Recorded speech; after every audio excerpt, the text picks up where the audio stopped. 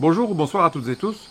Je suis aux Philippines et si jamais vous venez dans ce pays en vacances, eh bien je vous recommande le lieu d'où je filme cette vidéo. Ça s'appelle Bangkok Kahoy. J'en parle abondamment sur une page dont je mettrai le lien dans la description. Venir en vacances ne pose a priori aucun problème. Il y a des côtés positifs, des côtés négatifs comme dans tout pays et il y a des lieux très intéressants comme celui-ci et d'autres bien entendu. Ici, on va se poser la question d'un pays où aller vivre pour éviter les restrictions de liberté sous prétexte de crise sanitaire. Alors je sais que beaucoup de gens croient que la crise est passée. Pas tous, heureusement, tout le monde n'est pas naïf. Et quand ils revoient mes vidéos depuis 2022, j'ai fait 5 vidéos, je crois, sur ce sujet. Une qui, après la réélection de Macron, dit qu'il faudrait peut-être quitter la France. Et puis je parle du Mexique, où je me suis installé, et comme vous voyez je n'y suis plus, mais c'est provisoire, de l'Amérique centrale, des autres pays d'Amérique centrale donc, le Mexique étant plus ou moins en Amérique du Nord, plus ou moins en Amérique centrale, l'Afrique et donc maintenant les Philippines. Est-ce que les Philippines ont montré pendant la crise sanitaire un comportement plutôt encourageant? Eh bien, je ne vais pas faire de mystère, la réponse est non. Mais je pense que le plus important, c'est de comprendre que tout ce que j'ai dit jusqu'ici se confirme dans le sens où le monde avance effectivement vers les restrictions de liberté que je craignais. Même si vous n'êtes plus confiné pour l'instant et que vous n'utilisez sans doute pas de passe sanitaire ou autre, on avance. Alors, je me permets de dire ça parce que les informations officielles confirment totalement mes propos.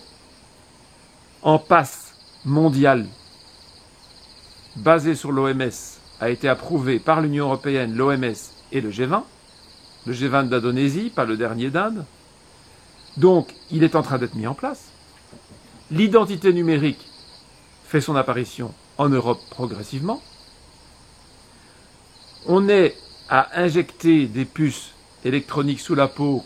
J'en avais parlé aussi à propos de la Suède à l'époque. Maintenant, c'est en France. Donc tout avance dans ce sens. Et donc, si vous êtes conscient de ça, comme moi, vous vous demandez sans doute où on peut aller pour éviter ce genre de choses qui est en train d'arriver.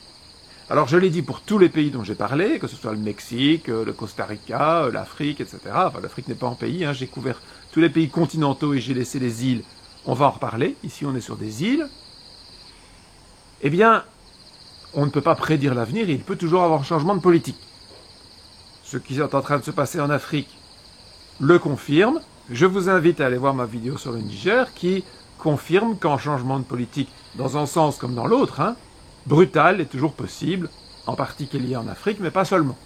Ici aux Philippines, on avait un président, Duterte, qui était très raisonnable dans le conflit Chine-États-Unis, où il essayait de ne pas fâcher ni l'un ni l'autre. Parfois c'est difficile parce que les États-Unis, on doit être leur vassal ou on est leur ennemi. Vous savez comment ça va. Et donc, il y a eu des coïncidences étonnantes, sans faire d'affirmation ici. Lorsque Duterte était à Moscou, en train de discuter avec Poutine, notamment de la modernisation de son armée grâce à des armes russes, eh bien c'est à ce moment-là, le jour même, qu'il y a eu l'attaque de Marawi, des islamistes qui ont pris le contrôle d'une ville sur l'île de Mindanao. Il y a un problème islamiste sur toute l'île, c'est pas nouveau, mais c'est une attaque d'une ampleur inégalée jusque-là. C'est vrai qu'on peut se demander s'il n'y a pas eu un petit coup de main américain pour envoyer un signal qu'il faut rester allié aux États-Unis ou bien on a de gros problèmes. Je ne peux pas le prouver, on est bien d'accord. Ce n'est pas le sujet ici, mais il y a eu pas mal d'éléments qui ont confirmé ma théorie sans la prouver depuis lors. Le nouveau président, lui, est beaucoup plus pro-américain apparemment. Ce qui fait que depuis son arrivée au pouvoir en 2022, il y a des nouvelles bases américaines, des bases militaires en construction aux Philippines, et ça ne plaît évidemment pas à la Chine, et donc il a commencé à avoir des tensions en mer de Chine du Sud, disputées par plusieurs pays, dont le Vietnam, les Philippines et la Chine. Si je suis ici, c'est pour des raisons personnelles. Si j'étais resté au Mexique, ma situation professionnelle serait beaucoup plus facile, mais voilà, j'ai fait passer ma vie privée devant. Si ces détails tout à fait personnels, donc j'insiste, vous intéressent, j'ai une vidéo à ce sujet qui est filmée ici également. N'hésitez pas à aller voir si vous êtes curieux. Par contre, Duterte, qui lui était équilibré au niveau, je dirais, géopolitique, de mon point de vue, au niveau de la crise sanitaire, il a fait tout ce qui était pire. Le pays a été fermé plus de 2 ans, et c'est ainsi que, depuis 2020, tous mes plans ont été chamboulés, parce que je devais travailler ici, donc à Bangkok Ahoy. On était en Indonésie quand les Philippines ont bloqué, ma compagne et moi, Marinella et moi, et donc c'est comme ça que je me suis retrouvé en Turquie, en République dominicaine, au Mexique, et donc maintenant je suis revenu pour la chercher et aller ailleurs, au Mexique en finalité, si tout va bien. Alors pourquoi pas rester ici? Eh bien, il y a différentes raisons. Mes possibilités professionnelles au Mexique sont meilleures, mais une raison majeure, c'est que je n'ai absolument pas confiance aux autorités philippines pour la prochaine crise ou pseudo-crise, ou peu importe comment vous voyez les choses. Les mesures qui ont été prises étaient certes extrêmes sous le président Duterte, et on peut espérer que le nouveau soit moins pire, mais on peut l'espérer, mais on n'a aucune raison de le croire. De façon générale, en Asie du Sud-Est, les mesures sanitaires ont été assez longues, fermes, radicales, et les Philippines sont déjà très à l'avance en ce qui concerne les caméras de reconnaissance faciale, l'identité numérique, etc. Tout ça est sur le chemin, et pandémie ou non, ils vont y arriver, assez vite. De plus, les Philippines, c'est plus de 7000 îles. La politique d'une île à l'autre peut changer. Par exemple, au cœur de la crise, l'île de Leyte, où habite Marinella, n'a jamais imposé d'injection obligatoire, mais il y avait un pass, et elle ne pouvait pas, par exemple, aller dans les centres commerciaux, sans avoir reçu d'injection.